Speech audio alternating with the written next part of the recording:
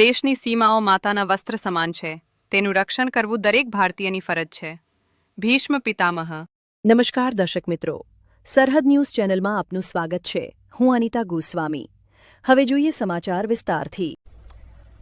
રામનવમી અને શ્રીરામ મંદિરના ત્રીજા પાટોત્સવ નિમિત્તે થરાદના નવા રામજી મંદિરમાં એક મહત્વપૂર્ણ આયોજન બેઠક યોજાઈ હતી. આવનારી 26 માર્ચ 2026ના રોજ થરાદ શહેરમાં ભવ્ય રામનવમીની શોભાયાત્રા યોજાનાર હોય, જેની આગોતરી તૈયારીઓ અંગે વિસ્તૃત ચર્ચા કરવામાં આવી હતી. બેઠકમાં થરાદ તાલુકાના આગેવાનો તેમજ શ્રીરામ સેવા સમિતિના સભ્યો હાજર રહી શોભાયાત્રાને વધુ ભવ્ય અને આકર્ષક બનાવવા માટે વિવિધ મુદ્દાઓ પર ચર્ચા કરી હતી.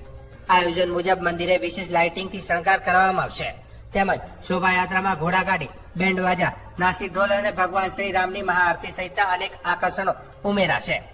આ પ્રસંગે રાજકીય અને સામાજિક આગેવાનો સાથે મળી મોટી સંખ્યામાં મહિલાઓ પણ હાજર રહી હતી, જેનાથી સમગ્ર આયોજનમાં ઉત્સાહનો માહોલ જોવા મળ્યો હતો.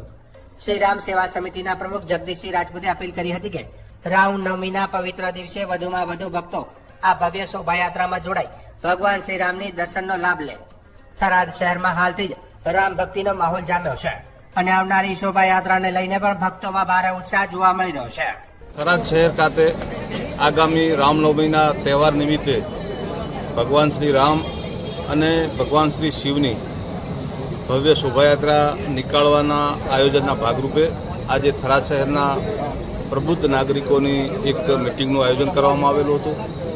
ખૂબ બહોળી સંખ્યામાં સમાજના દરેક વર્ગમાંથી લોકો, વડીલો અહીં પધારેલા હતા. બહેનોની પણ ખાસ વિશેષ સંખ્યા હતી અને ભગવાન શ્રી રામની પ્રતિષ્ઠા થયા પછી અને શિવજીની પણ પ્રતિષ્ઠા થયા પછી થરાદ શહેરની અંદર આ પ્રથમ વખત ભવ્ય શોભાયાત્રા નીકળવાની હોવાથી થરાદ શહેરના તમામ નાગરિકોમાં ખૂબ ઉત્સાહ છે અને ભવ્યથી ભવ્ય રથયાત્રા નીકળે એનું આયોજન અત્યારે ગામના દરેક નાગરિકોએ ભેગા મળી અને કરેલ છે અને સૌ લોકોએ ખૂબ જ ઉત્સાહથી આ મિટિંગમાં ભાગ લીધેલો છે અને યાત્રા પણ ખૂબ સરસ નીકળે એના માટેનું આયોજન કરવામાં આવેલ છે.